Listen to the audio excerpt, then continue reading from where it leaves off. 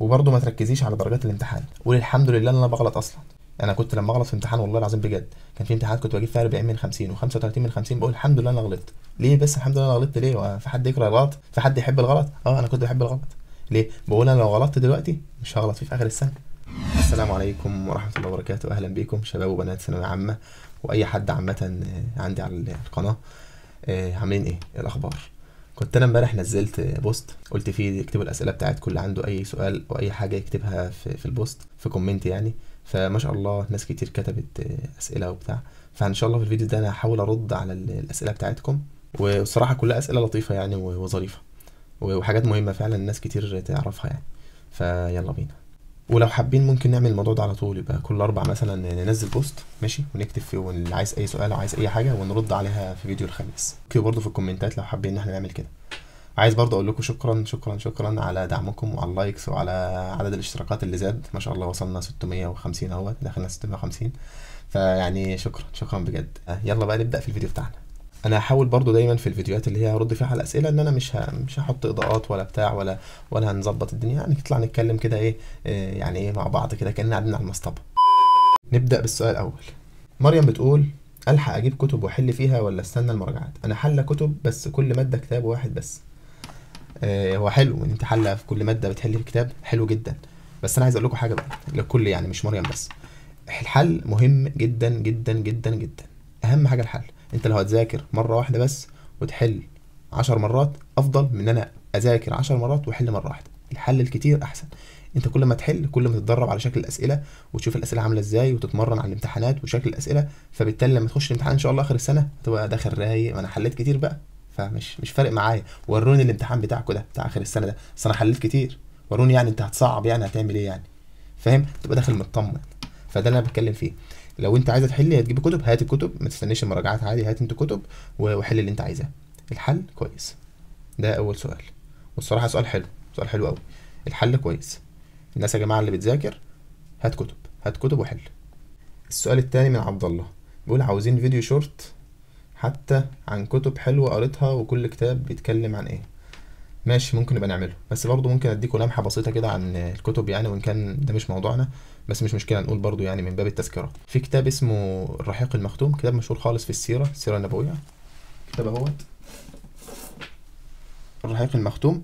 ده كتاب سيره نبويه بيتكلم عن النبي صلى الله عليه وسلم وعن نسبه ومولده والغزوات وقصص عن النبي صلى الله عليه وسلم. كتاب جميل جدا وارشحه يعني.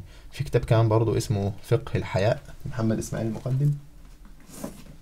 فقه الحياء محمد اسماعيل المقدم. الكتاب ده حلو قوي وفي قصه جميله ممكن اقولها لكم دلوقتي، من القصص اللي يعني علمت معايا كده.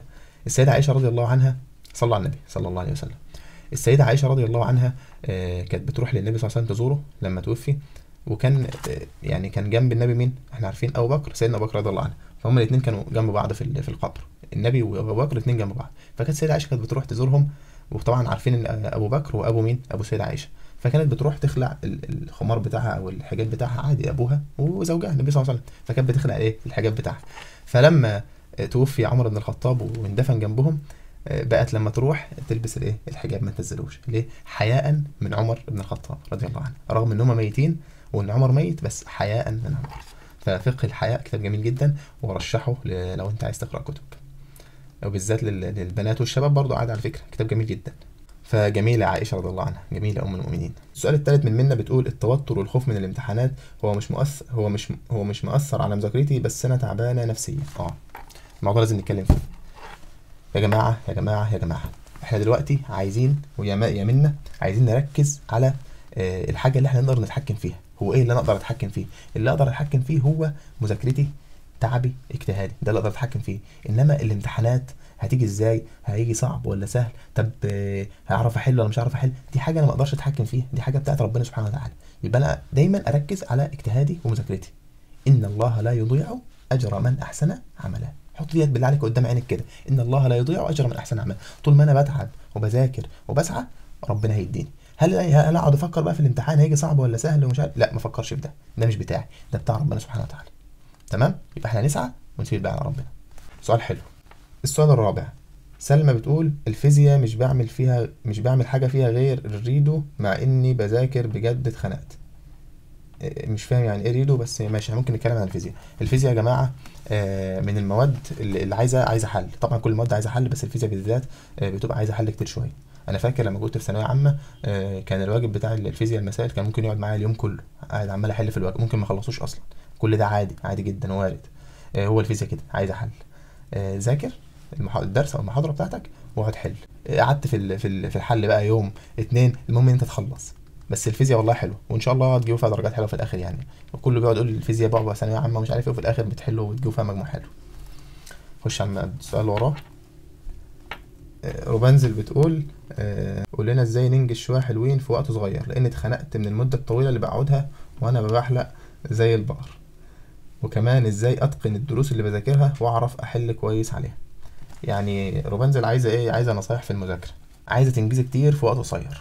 بص يا شباب، اول واهم حاجه وانا بذاكر ان انا اقفل النوتيفيكيشن بتاعت كل الابس، الواتساب، الانستجرام، الفيسبوك، التيك توك. اقفل كل النوتيفيكيشن دي عشان وانت بتذاكر تبقى مركز في الحاجه اللي انت بتعملها بس، ما تبقاش مشتت باكتر من حاجه. يعني مثلا واحده صاحبتك مثلا تبعت لك رساله على الواتس، بص الرساله جايه لك فوق كده، مش عارف انا عايزاك في كذا، فتخش ترد عليها، فتسيب الحصه اللي انت كنت بتسمعيها، وعلى ما تخلصي رد معاها ترجعي تاني تسمعي، تكون بعتت لك رساله ثانيه، فتخش تاني على الواتس ترد عليها. تخش في دوامه ان انت مش عارفه تركزي وتنجزي اللي وراك. بقت الحصه اللي بتقعد معاكي مثلا ساعه قعدت معاكي ساعتين وثلاث ساعات، ممكن تطول معاكي لاخر اليوم. فركزي دايما وانت بتذاكري، اقفلي النوتيفيكيشن بتاعت كل الابس. تمام. نخش على النقطه الثانيه. وانا بذاكر برضو يكون جنبي نوتس زي ديت كده، نوتس صغيره زي ديت بكتب فيها اي حاجه تيجي في بالي وانا بذاكر. يعني مثلا جيب بالي وانا بذاكر ان انا عايزه اسرح شعري، يعني مثلا ايه، عايز اسرح شعري، اكتبي كده عايز اسرح شعري. عايز اكلم صاحبتي منها، ما اقومش اكلمها، لا اكتب بس كده. بنزل المشتتات والحاجات دي من دماغي، الحاجات اللي هي ماليه دماغي دي بكتبها في النوتس وانا بذاكر، بحيث اركز في المذاكره بس. ولما اخلص مذاكرتي اقوم اعمل لسته من الحاجات اللي انا كنت كاتبها اللي انا عايز اعملها دي. عايز مثلا انزل الجيم، هتكتب كده عايز انزل الجيم. يبقى بتخلص مذاكرتك تبص تشوف الحاجات اللي انت كنت عايز تعملها وتروح تعملها عشان خاطر تركز في المذاكره. يبقى دول حاجتين، انا مش هزود عليكم، دول حاجتين مهمين يخلوني اركز في المذاكره وانجز مذاكرتي في وقت قصير. اقفل نوتيفيكيشن، احط جنبي نوتس صغيره اكتب فيها اي حاجه تيجي في بالي. هندخل على السؤال اللي وراه. في حد بيقول ايه، بذاكر ودرجات الامتحان مش بتكون كويسه وعايز اعرف المشكله فين. بص يا معرفش يا مين، عشان خاطر تكون الدرجات وحشه لسبب من 3. السبب الاول ان انت اصلا ما بتذاكريش او مقصره في المذاكره، فده حله ان انت تراجعي نفسك وتذاكري اكتر من كده. طب الحاجه التانية ان انت تكوني بتذاكري كل حاجه بس الامتحان صعب، ده وارد الامتحان يكون صعب. بعض المدرسين بيحط امتحانات صعبه عشان خاطر يعرفك ان هو جامد وان هو ما فيش زيه وكده، او في مدرس برضه ممكن يحط امتحان صعب عشان خاطر بيدربك على الاسئله الصعبه، فممكن تكون فعلا الاسئله صعبه.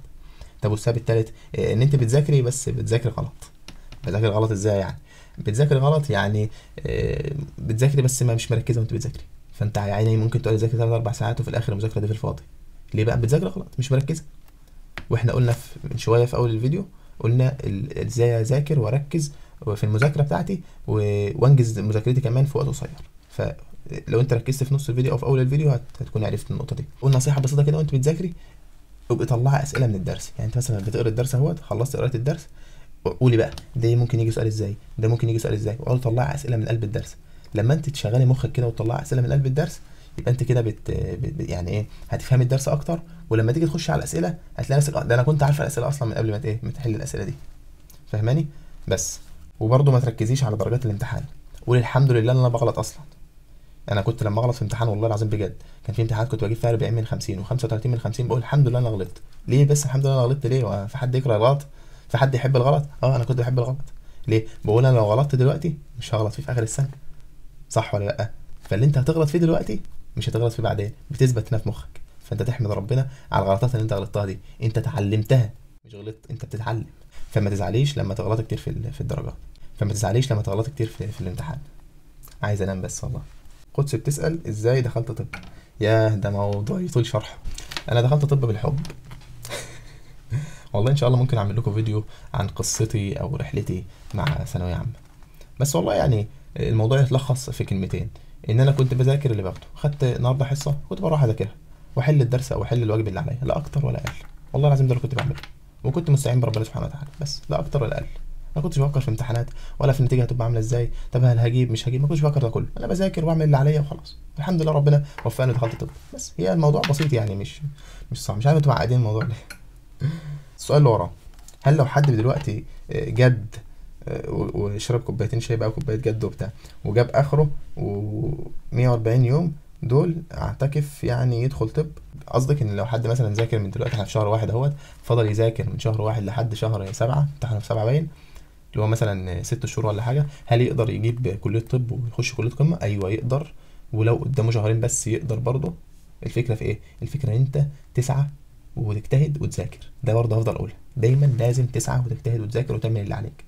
النتيجه مش بتاعتك، النتيجه بتاعت ربنا سبحانه وتعالى. اعمل اللي عليك ومركز ومالكش دعوه بالنتيجه.